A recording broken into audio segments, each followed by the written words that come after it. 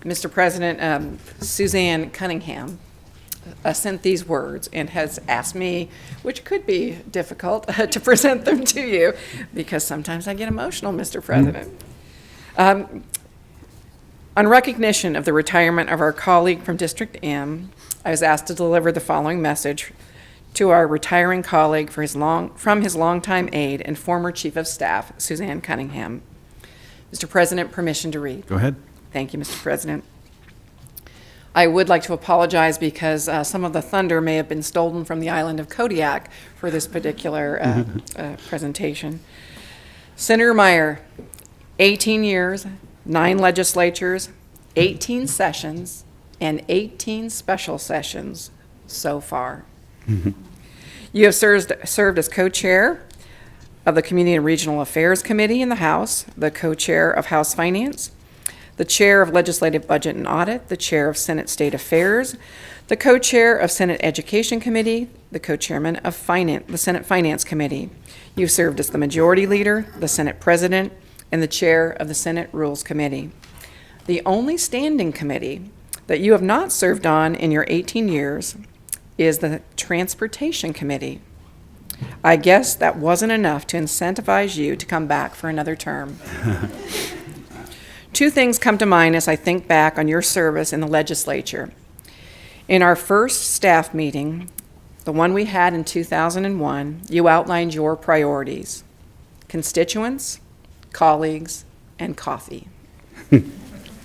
It was as simple as that. We knew from the start that the interests of your constituents and their concerns came first and foremost. There was on occasion, given the stress and situation of any given session, you would prioritize coffee over your colleagues. Those occasions were far and few between. You stressed the importance of working with your colleagues to solve the problems that faced Alaska. But every once in a while, you did prefer a really good cup of coffee. It was a formula that worked for 18 years. The second thing that comes to mind, instilled in us as your staff, was that when we look back over your years of service, that your role in Alaska's history would not be as a politician, but a statesman. Well, sir, you have accomplished this. You will probably be remembered by most for your role on the finance committees, or, and quite possibly the most important thing, the only Senate president who has a beer named after him. The Midnight Sun Brewing Company, wee heavy Kevy.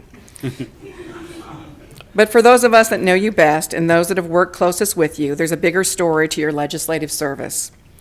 We will remember your support of schools and education. Most legislators and the staff attend community council meetings. You and your staff attend PTA meetings. You made it a point to visit every school in your district at least once a month, talking with principals, teachers, parents, and students. You attend back-to-school nights, end-of-the-year assemblies, pep rallies, and sporting events, sponsoring numerous citations recognizing the academic and athletic accomplishments of young Alaskans.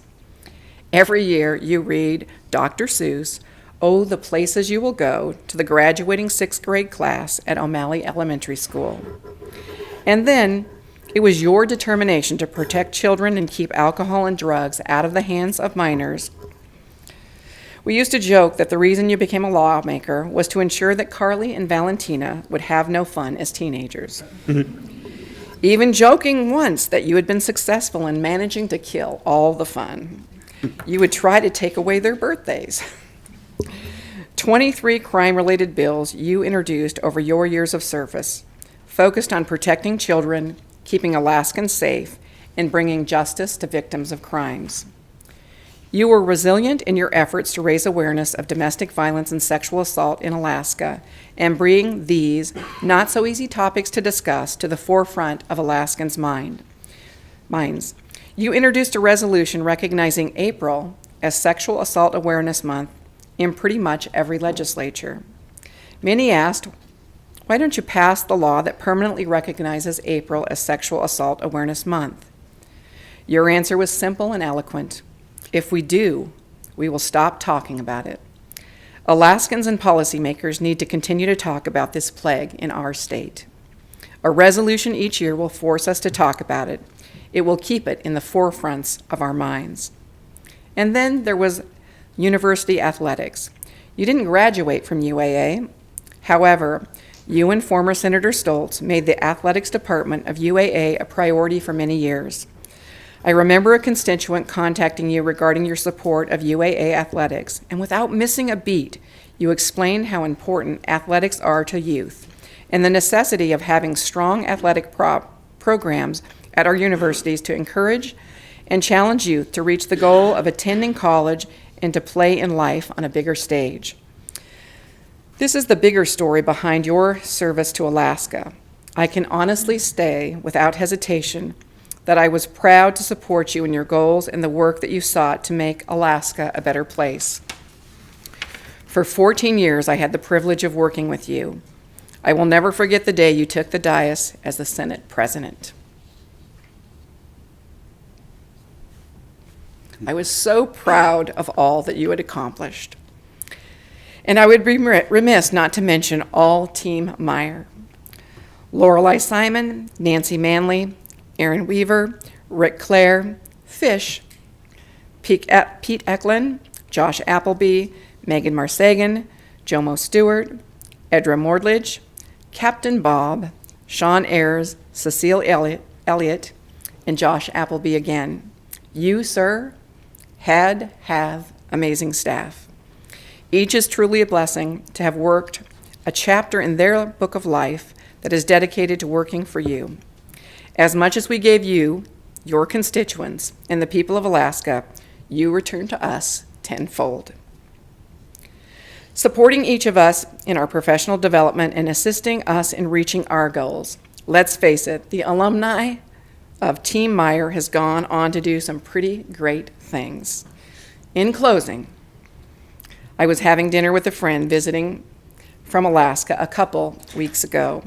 He asked, "Would you return to work in the Alaska legislature?" I paused. I took a sip of my wine, and I answered his question. There will never be another Kevin Meyer. A husband, a father, a man of integrity, a man of strong moral character, a statesman. Sir, thank you for your service to our great state of Alaska and her people.